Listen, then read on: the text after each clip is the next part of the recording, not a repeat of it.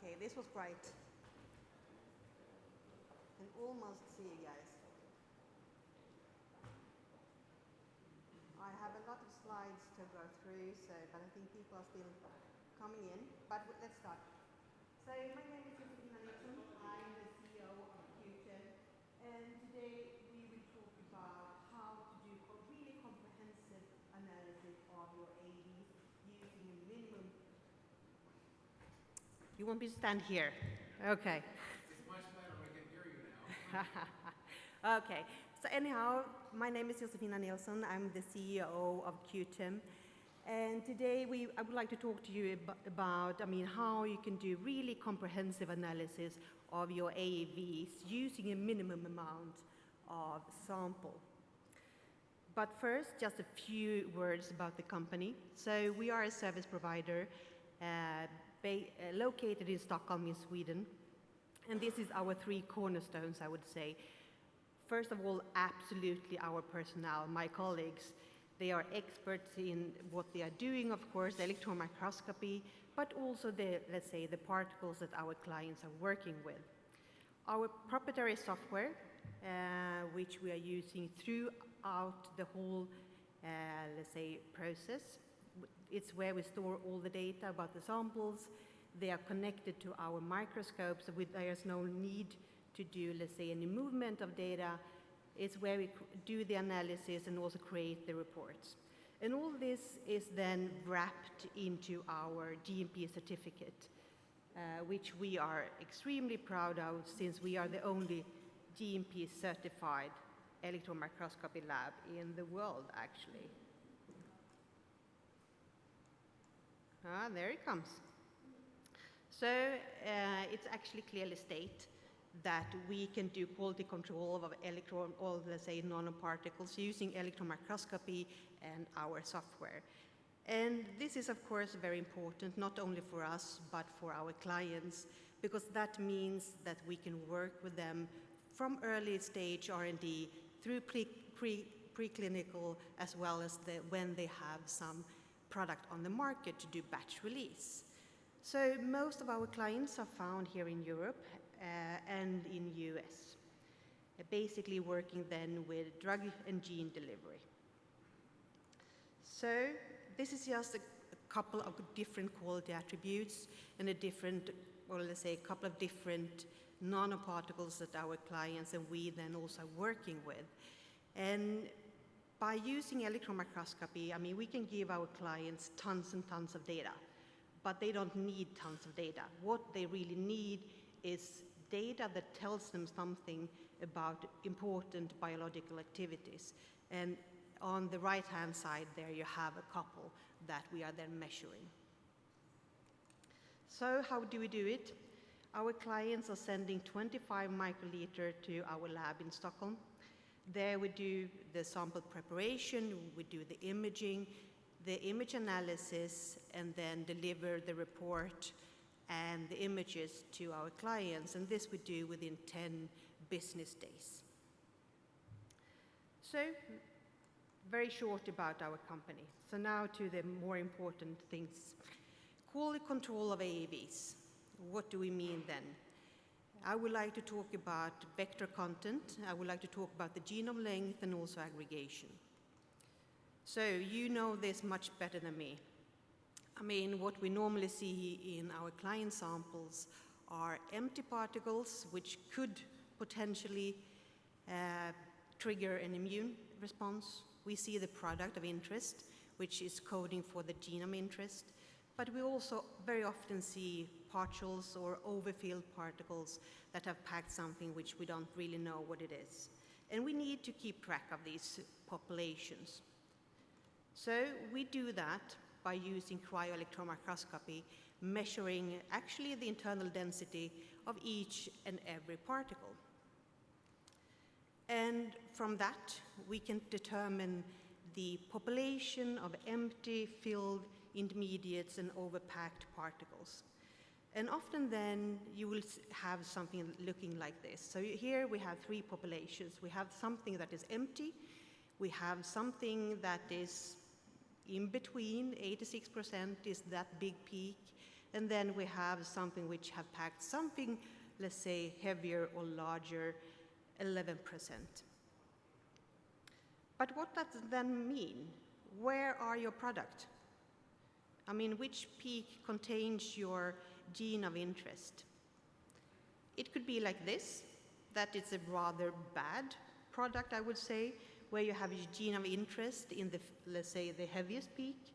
That means then that you have 86% of partial filled particles, and that you don't want, of course. It could be like this, that your gene of interest is in the big peak, 86%, but then it also means that you have 11% that have packed something heavier. So by that, I would say that relative values are not sufficient. What we also need is something to tell us what is packed inside each and every population. And our clients have asked us this for a couple of years, and unfortunately we have then said no, we are not able to, let's say, measure the genome length, but now we are. And this method is actually validated. So by again measuring the internal density of each and every particle, we actually saw that the genome length is almost linear towards the particle internal density. So by having a lot of different particles, which were very well characterized, we could generate a reference curve, which we now can use to determine the genome length of unknown samples. So that means, if we go back to the example that we had before, that now we know that the big peak in the middle, the one, 86%, have packed 3.8 kilobases. The smaller one, 11%, have packed 4.1. And I mean, our clients know, of course, how big the genome length is of their gene of interest. So now we can then tell you how big the population is, but we can also tell you the genome length within that population. And as I said, this has been validated. So we have done a platform validation, and we also, if the clients want, doing validations for that particular product. But from the platform validation, we could see that for the vector content, the ones that gives you the, let's say, the ratio of different populations, there with the repeatability and intermediate precision had a standard deviation lower than 1%. And when it comes to the repeatability for the genome length, the standard deviation is less than 120 bases, and intermediate precision is less than 150 bases. And what was very interesting is that the sensitivity of the method, if we have only 50 particles that have packed the same genome length, we are able to see that peak. And also the resolution, especially then for the genome length, which is not more than 150 bases. So if they have packed, let's say, a difference of 150 bases, we are able to differentiate that. And together with one of our clients, we made a comparability study comparing our method, the QuTEM method, with the AUC as well as mass photometry. And as you can see here, this will be published very soon. The methods are quite similar, especially our method in mass photometry. When it comes to AUC, it differs a little bit more, and especially actually when it comes to the empty particles. So when it comes to the full capsids, the QuTEM and mass photometry are very, very similar. When it comes to our method and AUC, it has the similar, let's say, comparability or results as AUC and mass photometry.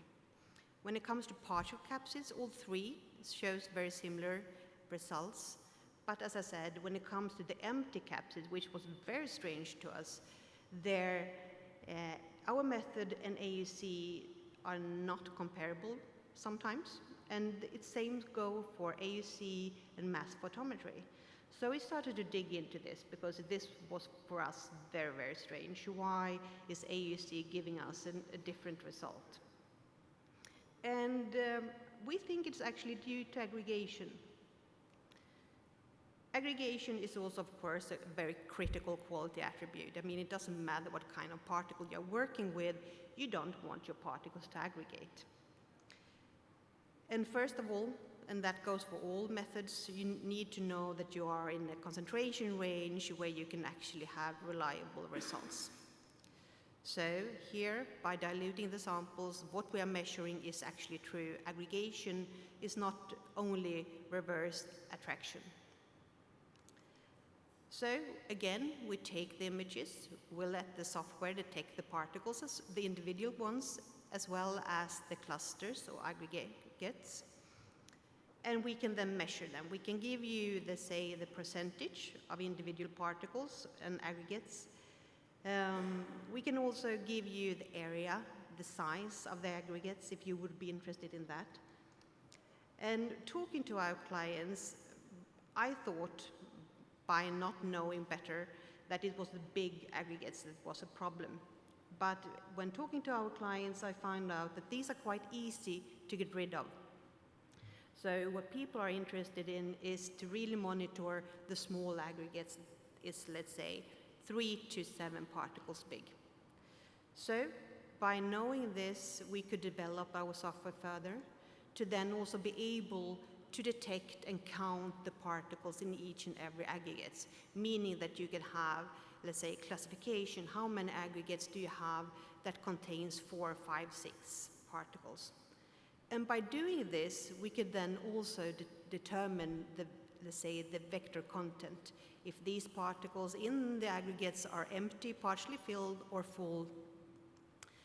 And what we could see then is that if we looked at the individual particles and the percentage of empty particles, it, in this particular case, turned up to 27%.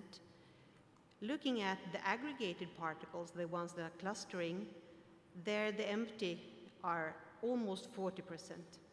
So why our method and the MPA, or mass photometry, have the same results compared to AUC, which was then actually not counting all the empty particles? We think that this is due to that they are aggregating and then go through the column and are not then counted by. So I know that I'm lacking out of time here. So what I'm trying, and I hope being able to show you, is that you can have a very comprehensive analysis by using cryo-electron microscopy. You can get a lot of important information from only 25 microliter of sample. So I haven't even touched upon it, but of course you can look into the integrity to measure the percentage of broken particle compared to the intact ones. We can also look into the morphology when it comes to the doublets or triplets, those we see sometimes in the sample as well. We can, of course, then give you the measurements of genome length as well as genome content, the populations. And we can look into the aggregation more in detail, giving you the percentage, giving you the number of particles that are aggregating, and also the vector content of those. And you can have all this information in one go by sending us 25 microliter to Stockholm. So thank you very much for, I still have 50 seconds, for listening. And I mean, if you have any questions, which I will not be able to answer here, we have a booth just to the left, together with our mother company, QuTEM. So if you are interested or have questions, please pop by. We will be there for the whole conference. So thank you very much.